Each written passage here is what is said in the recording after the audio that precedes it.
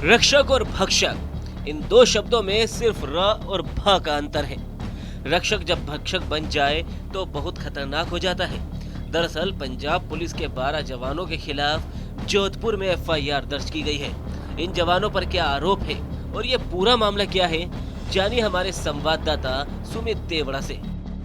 आप किसी पार्क में बैठे हैं या बस स्टैंड पर या फिर राह चल रहे हैं, पुलिस आए और आपको गिरफ्तार कर ले और आपको किसी मुकदमे में फंसा दिया जाए। ऐसा ही एक मामला सामने आया है जोधपुर में। जोधपुर के एक 22 वर्षीय युवक मनवीर बिश्नोई के साथ में ऐसा ही कुछ घटनाक्रम हुआ। घटना 6 मई की है। मनवीर बिश्नोई अपने गांव से जोधपुर के लिए रवाना होता है और वहां वह गुम हो जाता है। परिवार वाले उसे कांटेक्ट करने की प्रयास करते हैं, लेकिन मनवीर का कोई अता पता नहीं चलता।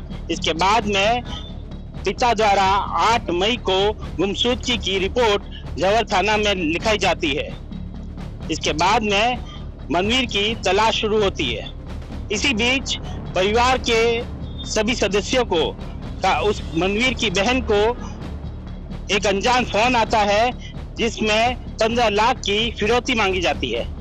उसी के एक दिन बाद में एक और कॉल मनवीर के पिता को आता है और उसे भी 15 लाख की फिरौती मांगी जाती है और कहा जाता है कि एक नंबर दिया जाएगा, उसी के माध्यम से हवाले के माध्यम से पैसा ट्रांसफर करना है। इसकी जानकारी भी जवर थाना को दी जाती है। 9 मई को मनवीर के पिता प्रेमाराम को एक प्रेस नोट मिलता है जिसमें पंजाब पुलिस द्वारा मनवीर को गिरफ्तार करना बताया जाता है। उस प्रेस नोट में बताया जाता है कि मनवीर को बस से उतरते समय उसे पकड़ा गया, जिसमें जांच में उसके बैग में से करीब 2 किलो अफीम बरामद हुई और उसी मुकदमे में उसे गिरफ्तार किया गया है। इसके बाद में मनवीर के पिता प्रेमाराम पंजाब पहुंचते हैं और पूरी जानकारी जुटाते हैं। मनवीर के पिता प्रेमाराम पंजाब पहुंचते हैं और पंजाब पुलिस से न्याय की गुहार लगाते हैं, लेकिन किसी तरह के न्याय नहीं मिलता, ना ही सुनवाई होती है। वे जोधपुर से पंजाब जाने के लिए सारे रूट की जांच करते हैं और सभी रूट पर पड़ने वाले टोल नाकों के सीसीटीवी फुटेज खंगालते हैं। सीसीटीवी फुटेज में कुछ लोगों के साथ हिंदुआ में अपने बेटे मनवीर को देखते हैं और वो वीडियो लेकर आते हैं। यह वीडियो 7 मार्च के होते हैं जिसमें टोल नाके में इनोवा में बैठे कुछ युवक और उसके साथ में मनवीर दिखाई देता है और सभी सीसीटीवी फुटेज को लेकर वे पंजाब पहुंचते हैं और पंजाब पुलिस में फिर से न्याय की गुहार लगाते हैं, लेकिन किसी प्रकार की कोई सुनवाई नहीं होती है। इस बारे में मनवीर ने क्या कहा, आप खुद ही सुनिए। 6 तारीख को मेरे को फ़ोन आया कि जोधपुर के हम आए हुए हैं इंद्रजीत नाम का शख्स, जो 2 साल पहले लॉकडाउन के समय मुझे होटल पे मिला, जान पहचान हुई थी। तो उसने कहा हम जोधपुर आए हुए हैं, तो मैंने कहा चलो घर खाना वाना के लिए। तब उन्होंने बोला कि नागौर में मेरी गाड़ी खड़ी है, थोड़ा उसको रवाना करवा के अपन आते हैं वापस। तो उसके साथ मैं बैठ गया, फिर आगे चले, वो रुके नहीं। उसके साथ एक अज्ञात शख्स भी था। चलते रहे तो मैंने कहा गाड़ी नज़र नहीं आ रही, नागौर रोड ख़त्म हो गई। तब मेरे को बोला कि ये हम बात है, ये जो अज्ञात शख्स था उसने बोला कि हमें पंजाब पुलिस से और अब तुम हमारे जाल में फंस गए हो, जो भी है अब क्या सॉल्यूशन होगा आप बताओ, क्या कितना क्या दे सकते हो, जो भी आप बताओ, जैसा आप बोलोगे हम तो उस हिसाब से करेंगे। फिर आगे थोड़ा सा आगे चले कि 3 बंदे और चढ़े जिनके पास 2 रेड बैग था बड़ा, उनमें 2 बड़े हथियार थे, 2 गन्ने बड़ी और एक रिवॉल्वर पिस्टल थी, और उन्होंने मेरे कंधे पे भी रखी, एक लेफ्ट में एक राइट में, और मेरे को बोला कि हिलने की कोशिश जो भी है वो अब कुछ मत करना। फिर चलते रहे टोल 2-3 पार किए। फिर एक टोल पे इन्होंने बहस की, वहाँ पे इन्होंने जो है अपने पुलिस का कार्ड दिखाया कि हम भाई पुलिस से हैं। तब उन्होंने उस शख्स ने बोला कि भाई कौन से पुलिस है। जब इतना पूछा तो जो अज्ञात शख्स था, जो पुलिस की जॉब में नहीं था, वो उसने सरकारी गनों को हाथ लगा के उसके ऊपर दादागिरी की, गुंडागर्दी की। फिर वहाँ से जो दोनों पुलिसकर्मी थे वो भी रिवॉल्वर और वो गन लेकर बाहर निकले, टोल पे दादागिरी की, उनके साथ गुंडागर्दी करके फिर वहाँ से निकले। फिर आगे सीधा पंजाब आगे, कहीं बीच में नहीं रुके। फिर सीधा जो वो अज्ञात शख्स था उसके घर पे गए, वहाँ पे खाना खाया। वो मेरे को एक कमरे में बंद कर दिया, वो बातें आपस में कर रहे थे। तभी अचानक एक शख्स के पास फ़ोन आया कि जिसको आपने पकड़ा उसका फादर वो अपने थाने में गुमशुदगी की FIR करके वहाँ बैठा है। तब उन्होंने हाथों हाथ मुझे अपनी गाड़ी में बैठा के वापस उसी दिन रात को ही थाने लेके आ गए। 2 नंबर थाना CI है लुधियाना। वहाँ लाके जो खाना बनाने वाला था रसोईया, उसके सामने ही एक जो बनी हुई थी बैरक छोटी सी, जो मतलब उसमें कोई कैमरा वो कुछ नहीं, वहाँ मेरी तलाशी लेके उसमें मुझे सुला दिया गया। फिर सुबह 2 बजे लमसम 12 बजे तक मुझे उसमें रखा। फिर 2 बजे एक बड़े साहब आए, उनके सामने मुझे पेश किया।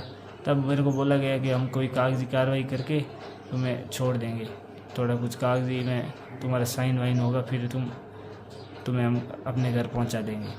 फिर मुझसे पंजाबी पढ़नी नहीं आती, मुझे ये बोल के साइन करवा लिए। फिर अगले दिन मुझे बोला तुम्हारा मेडिकल होगा। मेडिकल उससे पहले शाम को घर वालों के फ़ोन मेरे फ़ोन पे आ रहे थे, तब इन्होंने मेरे पास फ़ोन लाया कि तुम्हारे घर वालों को सूचित कर दो। तब मेरे कोई फ़ोन, जैसे ही फ़ोन खोला तो मेरे फ़ोन आ ही रहे थे, वो यहाँ से फ़ोन कर रहे थे। तब मेरी पहला फ़ोन शायद मुझे मेरे भाई का भी आया था, चाचा के लड़के का, और मेरी सिस्टर का भी आया था। तो दोनों को यही मुझसे बुलाया गया कि भाई पैसा देके जो भी है वो तोड़ कर लो, नहीं तो आपके बच्चे के ऊपर जो ये पर्चा है वो कहानी उनको बताएगी।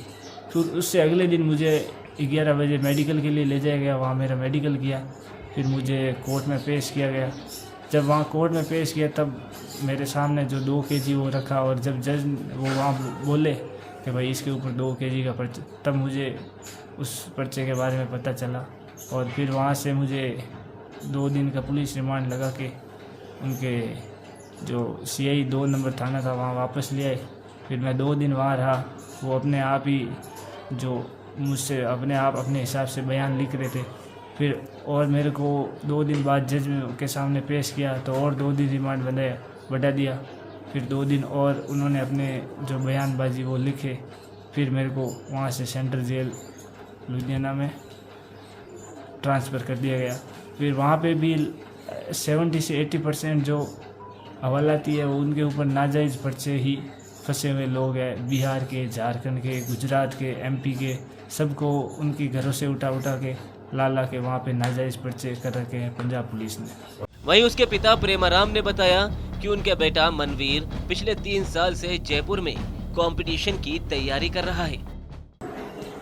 मेरे बच्चे मनवीर वो जयपुर में तैयारी कर रहा था, राजस्थान प्रशासनिक सेवा की।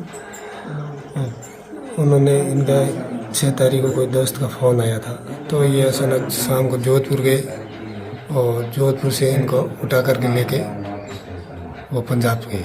फिर हमको दूसरे दिन लमसम 2-3 बजे इनकी फ़ोन की ट्राई की तो इनकी को स्विच ऑफ आ रहे थे। फिर उनको शाम के टाइम बीकानेर की लोकेशन आई थी। फिर हमने एक रात को वापस आया, जमर गया, एक गुमशुदगी दर्ज करवाने के बाद में एक हमारे सिपाही साथ में चलने के बाद में हमने टोल टैक्स सारे जोधपुर से लेके बीकानेर तक टोल टैक्स खंगाले। तो उस टोल टैक्स में वो एक पंजाब इनोवा गाड़ी दिखाई दी तो 2 आदमी आगे बैठे थे, पीछे मेरा बच्चा बैठा था। फिर वो हम एक दूसरे टोल देखा तो उसमें 5 बंदे बैठे थे। फिर वैष्णो टोल पे वो 5 नीचे उतरे थे, उनके पास में बड़े हथियार थे। वो करके हमने हनुमानगढ़ गए थे। हनुमानगढ़ के हमको एक नोट प्रेस मिला था। नोट प्रेस में ये मनवीर का नाम लिखा हुआ कि जो ले ली मनवीर बिश्नोई, ये 2 किलो अफीम में बस के द्वारा यहाँ हमने नाकाबंदी की तो ये पाया गया। फिर हमने पंजाब गए। पंजाब जाने के बाद में गुमशुदगी रिपोर्ट दी। वो रिपोर्ट देने के बाद में उनसे एक हमारे साथ में कांस्टेबल थे, उन्होंने वो प्राप्त की जो इनकी FIR कटी हुई थी। फिर उन्होंने ये बोला कि गुमशुदगी, पहला तो हमको धमकाया कि ये आगे आप कोई कार्रवाई की तो आप परिवार को फंसा देंगे, वो कर देंगे। तो हमने वो थोड़ा डर गया कि हम आप इनको वकील करके और जो आप जमानत हम करवा देंगे इनको। तो हमने तो वहाँ से धमकाने तुरंत निकल गए, वहाँ राजस्थान वापस आ गए। फिर हमने DSP साहब से पेश हुए, CP साहब से पेश हुए।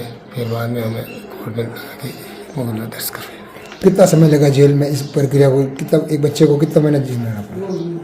8 तारीख को इनके पर्चा कटा और कल 14 तारीख नेट 2 महीना हो गए।